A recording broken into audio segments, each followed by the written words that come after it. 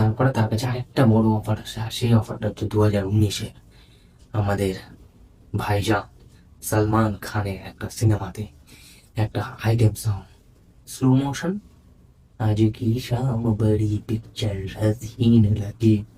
তো ওই সিনেমাটা উফ, হলিউড ছাড়ি একটা বোল্ড অবতার, দিশা পাঠানি, উফ।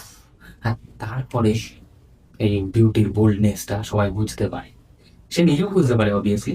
আর তারপরে কিছু সিনেমা করে, যেমন মালান করে, দেন এক মিলিয়ন রিটার্নস করে, তারপর যোদ্ধা করে, যোদ্ধা, এই তিনটে সিনেমা করে।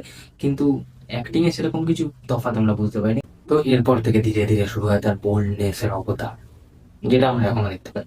সেটা কেলভিন ক্লেইন এর মতো ব্র্যান্ডেড ইনার গার্মেন্টস পরে ছবি হোক, কিংবা তার বোল্ড বিউটি অবতারে কিছু কিছু ফটো শুট হোক, যেখানে কিছু কিছু বিকনি শর্টস, যেখানে তোমার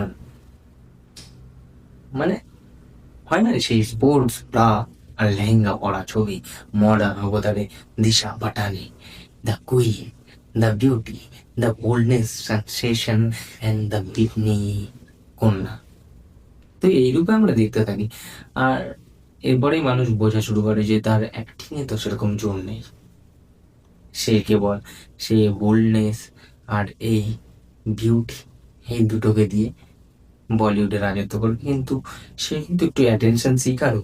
আর সেই কারণেই কিছু কিছু ইভেন্ট পার্টিতে হোক, কিংবা তার বয়ফ্রেন্ডের সাথে কিছু ভিডিও সোশ্যাল মিডিয়ায় হরদম ঘোরাঘুরি করে। কারণ তাকে, আর যাই হোক, মানুষের মধ্যে, মানুষের মনের মধ্যে থাকতেই হবে, যাতে সবার মনে থাকে যে হু ইজ দিশা পাঠানি,